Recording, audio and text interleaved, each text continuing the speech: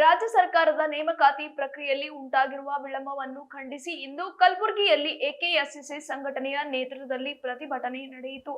ಸಂಘಟನೆಯ ರಾಜ್ಯಾಧ್ಯಕ್ಷರಾದ ಕಾಂತಕುಮಾರ್ ಅವರ ನೇತೃತ್ವದಲ್ಲಿ ಜಗತ್ ಸರ್ಕಲ್ನಲ್ಲಿ ಪ್ರತಿಭಟನೆ ನಡೆಸಿದರು. ಈ ಪ್ರತಿಭಟನೆಗೆ ಸ್ಪರ್ಧಾರ್ಥಿಗಳ ಪರವಾಗಿ ಹಲವು ರಾಜಕೀಯ ಮುಖಂಡರು ಮತ್ತು ಗಣ್ಯರು ಬೆಂಬಲ ವ್ಯಕ್ತಪಡಿಸಿದರು.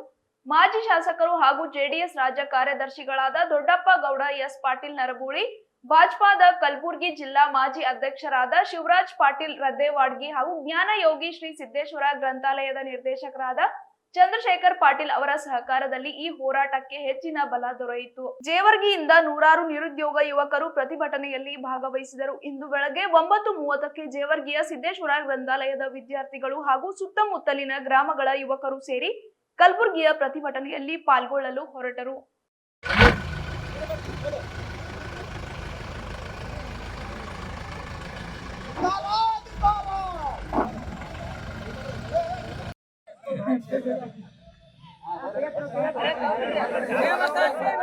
ಕಾಂಗ್ರೆಸ್ ಸರ್ಕಾರಕ್ಕೆ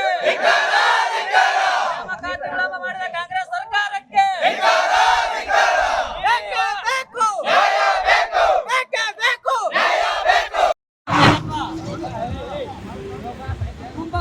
ಕುಂಭಕರ್ಣ ಕಾಂಗ್ರೆಸ್ ಸರ್ಕಾರಕ್ಕೆ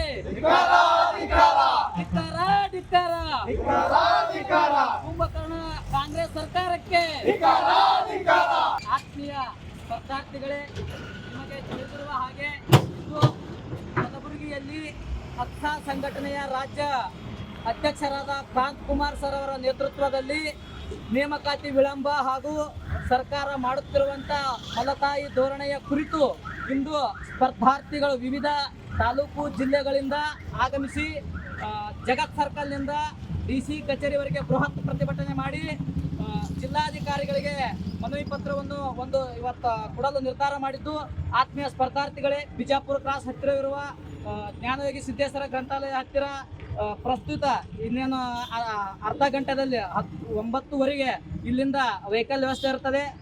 ದಯವಿಟ್ಟು ಎಲ್ಲರೂ ಈ ವೆಹಿಕಲ್ ಮುಖಾಂತರ ಕಲಬುರಗಿಗೆ ಹೋಗಿ ಎಲ್ಲರೂ ಈ ಪ್ರತಿಭಟನೆಯಲ್ಲಿ ಭಾಗವಾಗಬೇಕೆಂದು ಕೇಳಿಕೊಳ್ಳುತ್ತೇನೆ.